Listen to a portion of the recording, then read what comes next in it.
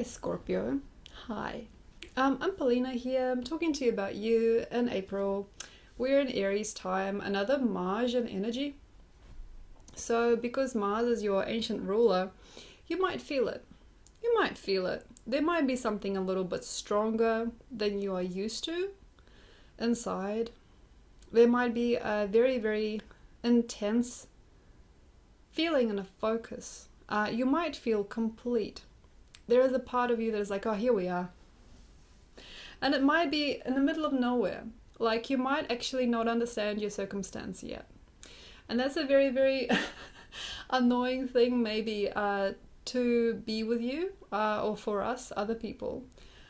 Because you might actually think, I own it. I own this. This is good. This is great. But you might actually not see where you are. And it's really heartbreaking sometimes because some of you guys might be in a situation that's not great. You might be married now, maybe recently, to a person that's never gonna do it for you. You might be in a situation in a family or a timeline where you're not fitting in. And you're not going to. There might be something about this world that you've created now. It's just, how can I say, it's just not going to rock you. It's not going to rock you, or it's not going to fully give you anything. But there is a part of you in this timeline that feels, I own it. This is good. And it is really frightening for us, especially if you say, for example, are doing drugs or you are using a lot of substances, or you are creating yourself into quite a basic person in our eyes, but for some reason that this is good. And that's really scary because for us, other people, we usually have a very, very, very placid perspective, placed perspective of what's good and bad. And for you, it can be spiky, it can be spicy, it can be strange, it can be erratic, it can be erotic. And sometimes the good and the bad things, it kind of can change places sometimes, and it doesn't actually hurt to share why. You should. There is something about the Scorpionic perspective or perception during this time that's very, very, very intensely medical. You have a very, very guru energy, or something that can entwine worlds. It can help worlds heal, and you can help people feel and deserve and understand and recognize what it is that you are and how it is you do your work, and also through that maybe understand themselves. They need to know your story, because people don't understand where you are. People have no idea.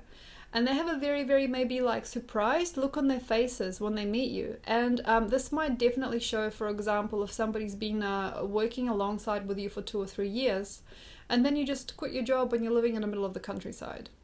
And to them, from their perspective, that's like, okay, so, Joanna has been, working, as a doctor, with me for 3 years, and she was doing well, and she just quit her job, but now she's living in the middle of nowhere.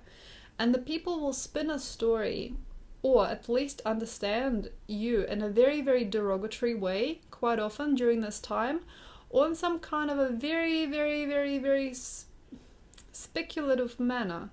A speckled manner. So what you might hear about you through them is like, yeah, Joanna, you are going okay, but what are you really doing with you? But what are you really doing? Like, why, what are you doing, Joanna?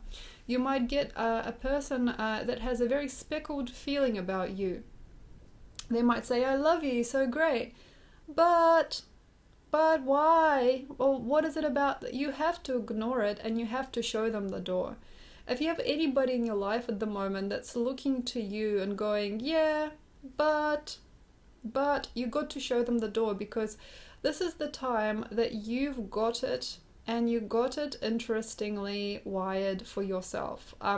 Basically, you're working on your peace, your life peace now. There is something about you that's working on the bigger idea of your consciousness, the greater idea of your lifetime, and the bigger idea of your worth, or worthiness to yourself, which is the most important thing here. And these people will come in and they'll look at you and go, but what is this? What is this? And you have to basically let them go. Because we are ignorant and we are wrong. We are wrong. And quite often, quite frequently, usually during this time, Scorpios will never really understand you either.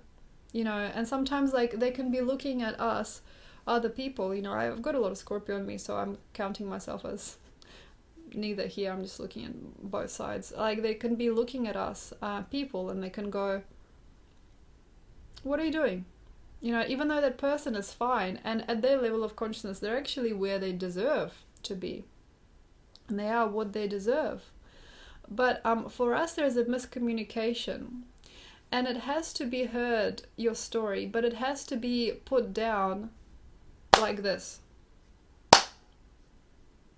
In stone. It has to be solid. For example, I'm Joanna. I studied medics for, 6 or 7 years. I had 3 years of practice. And I've had a very, very successful career so far as a medic, as a doctor. Now I live in the middle of nowhere. I'm Joanna and I'm proud of my choices. Things like that. There has to be a very, very, very, very easygoing and at the same time strong and staunch feeling, because quite often if you have a lot of Pisces and neurosis in your 12th house, say you got a lot of planets in Libra, and you got like many different things happening all over the sky for you now, that are activating you into neurological patterns with people. Who's thinking about me? Who's saying what about me? Do you think that was wrong? Do you think that was right? Like if you're one of those people, things aren't gonna change. Okay, so you've got a very, very nice clean slate likely here. You got a very nice clean slate, and you got to basically start building from scratch your brand new career, your brand new adventure, your brand new spirituality, your brand new way of life, your brand new something that perhaps has never ever been before. Something new, something new. And you got to basically put down the first foundations here. And it's got to be still and quiet. And this is where you are. And people are like, you do not belong here. You will never be happy. You're living in the middle of nowhere. Say you're like a city person, or even worse, you've lived in the middle of nowhere all your life. You moved to the city. What are you doing? But you got to just be generous. And generous you are during this time, which is interesting. Quite often when you are like at the bottom, you are the most generous. Like say you feel like you've come to the bottom of yourself in some ways, like you've lost something, but suddenly abundance finds you or comes through you. So you got to be generous. You got to feed people maybe. You got to give people something. You got to give them a kind word. You got to be almost like a senator or representative of yourself. And you got to tell them straight. Say for example, I'm Paulina. I got a lot of Scorpio. I'm Paulina. I quit Melbourne. I quit my life in Melbourne. I quit my business the way that I was with it before. I've given up on my relationship. And I've given up on my life the way that I thought it would be. I'm Paulina. I now live in Bay of Plenty, New Zealand for whatever time is going to be here. And I'm happy. I'm in the middle of nowhere. And I'm happy. And this is the beginning of my empire, my books, this is the beginning of my empire. Because I'm Aries, I can also see my future. So basically, this is the type of energy you want to generate. And maybe sit in front of a mirror and go, for example, I'm Joshua, I quit my marriage, or like I've finished my divorce papers. I'm now living alone with 2 kids. I'm Joshua. This is the beginning of my true life. There could be something like that. And for other people, it might seem like you're insane. And it may even feel that you're lost or you're damaged. Like people might look at you and they go, oh my gosh, Joshua, you are in a bad place. You're in denial. You're in denial. People might say you're in denial. But the thing is, you're creating something that doesn't exist yet. You're putting together an alchemy that is beyond what people understand. And then the last laugh is yours. In 2 or 3 years, you got your empire, or you got your new family, or you got your new career, or like say Joanna, who used to be a doctor, is in 2 or 3 years a movie star, you know, or a film producer, okay? And people that were laughing will not be laughing, or they will just not be there, or they will not be present, you know? And it's one of those things that Scorpio does sometimes. You create yourself the beautifulest ending in order to create the ashes from which you are born again, like a phoenix out of a fire. So you are now in a state of the ashes. And that is very, very, very protruding, I feel, for me, as I'm actually finding that what I thought was the ashes before for someone in my situation is bliss. Like, if say last year somebody said to me, come back to New Zealand, I'd be like, no, that's admitting failure. No, I cannot come back to New Zealand, even though my life in Melbourne was quite tough. Or if somebody went, hey, you know, would you ever live like in the middle of nowhere? You know, just you and the ocean in the middle of nowhere.